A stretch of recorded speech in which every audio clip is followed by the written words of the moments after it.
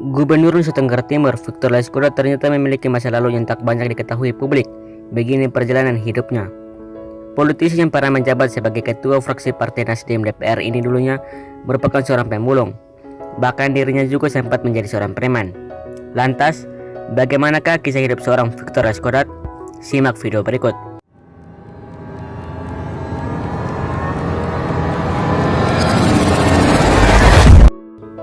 Jadi pemulung dan preman. Tidak banyak yang menduga, Gubernur NTT Victor Laiskodat dulunya merupakan anak jalanan. Victor mengaku bila dirinya dulu hanya seorang pemulung, bahkan dia juga pernah menjadi seorang preman. Saya memang dari jalanan, hidupnya sebagai seorang pemulung, terus kita pangkal di Pondok Pinang. Zaman dulu kan sekalian preman, ungkapnya. Definisi preman menurut Victor, namun berbeda dengan preman zaman sekarang. Menurut penuturan Victor, preman yang dimaksud adalah seseorang yang rela membantu sesama manusia. Tapi kalau menurut saya, preman itu apa? Preman itu orang yang menjual tenaga, pikiran dan keberaniannya untuk membantu orang lain. Papar mantan anggota DPR RI fraksi Nasdem. Kalau merampok, nipu, pakai kekerasan tak berlaku bagi saya. Berbeda bila sudah merujuk pada kekerasan. Pria bernama lengkap Victor Bungtilu Laiskodat ini mengatakan tidak akan pernah melakukan hal-hal yang berujung kekerasan, mulai dari merampok, mencuri, hingga memperkosa seseorang. Tapi kalau perampok, pencuri, penipu, pemerkosa, dan yang lain-lain, kekerasan itu tidak berlaku bagi saya, tegasnya. Ada kelompok pakai kekuasaan tekan masyarakat.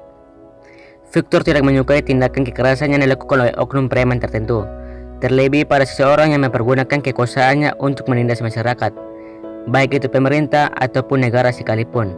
Gubernur NTT ini akan terus membela rakyat. Bagi saya, kalau ada kelompok-kelompok yang mempergunakan kekuasaan, baik pemerintah maupun negaranya mempergunakan kekuasaan yang tidak pada semestinya, by power saja untuk menekan masyarakat, menekan rakyat, saya akan bela, kata Victor. Puji Jokowi. Beberapa waktu salah satu pernyataan Victor sempat viral di kalangan masyarakat. Pernyataan tersebut mengenai sikap pembelanya kepada Presiden Joko Widodo. Rupanya pernyataan tersebut bukan karena partainya dinaunginya mendukung sang presiden.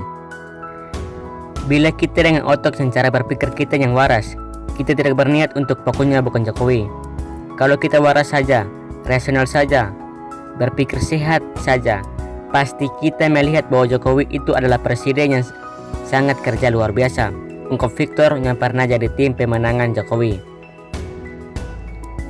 Ancam potong tangan pelaku pemelakan liar. Pemelakan liar marak terjadi di dalam kawasan hutan lindung di Nusa Tenggara Timur. Banyaknya peristiwa itu membuat Victor geram. Agar pelaku jera, Gubernur NTT itu meminta pihak aparat penegak hukum menindas tegas oknum pemelakan liar. Mantan anggota DPR RI fraksi Nasdem ini bahkan mengancam akan memotong tangan para pelaku. Saya minta aparat tindak tegas. Kalau gubernurnya yang dapat, pasti dipotong tangannya.